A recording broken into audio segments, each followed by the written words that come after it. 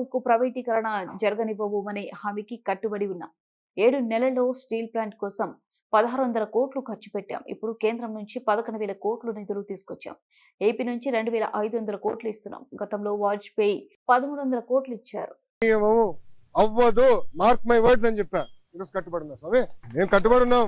NDA ప్రభుత్వం ప్రజల దయవల, ఇదేదో మేము మా గొప్పతనం కాదు, ప్రజలు అద్భుతమైన మ్యాండేట్ ఎన్డీఏకి ఇచ్చింది కనుక ఈరోజు మేము మాట్లాడగలుగుతున్నాం. భారతదేశంలో అనేక ఉక్కు ఫ్యాక్టరీలు ప్రైవేటీకరణ జరుగుతుంటే కేవలం ఒక విశాఖ ఉక్కు కాపాడుకోగలం. దానికి కారణం మీరు ప్రజలు మాకు ఇచ్చిన మ్యాండేట్. 7 నెలల్లో స్టెబిలిటీ కోసం సుమారుగా 1,300 నుంచి 1,600 కోట్ల రూపాయలు స్టెబిలిటీ కోసం తీసుకొచ్చాం. ఇప్పుడు 11,000 కోట్ల రూపాయలు కేంద్ర ప్రభుత్వం నిధులు తీసుకొచ్చాం. ఆంధ్ర రాష్ట్ర ప్రభుత్వంగా సుమారుగా 2,500 కోట్లు వేస్తున్నాం. ఇది by way of water, by way of power stability ఇచ్చడం. సో ఉక్కు ఫ్యాక్టరీలో ఉన్న ఉద్యోగస్తులను కూడా కోరేది ఏంటంటే, ఇది రెండోసారి మన కేంద్ర ప్రభుత్వం బెయిల్అవుట్ ఇస్తుంది. మొదటిసారి ఇట్లనే ఎన్డీఏ ప్రభుత్వంలో తెలుగుదేశం పార్టీ భాగస్వామి అయినప్పుడు ఆనాటి ప్రధానమంత్రి వాజ్పేయి గారు సుమారుగా 1,300 కోట్లు ఇచ్చారు. ఇప్పుడు 11,000 కోట్ల రూపాయలు ఇస్తున్నారు. ఇదంతా మనం దేశం కోసం మరి తిరిగి ఇవ్వాల్సిన బాధ్యత మనం. ఇదంతా ఎక్విటీ రూపంలో వస్తుంది, అప్పు కింద కాదు, మొత్తం ఎక్విటీ రూపంలో వస్తుంది. కానీ ఉక్కు ఫ్యాక్టరీ ఉద్యోగస్తులు కూడా నేను కోరేది ఏంటంటే,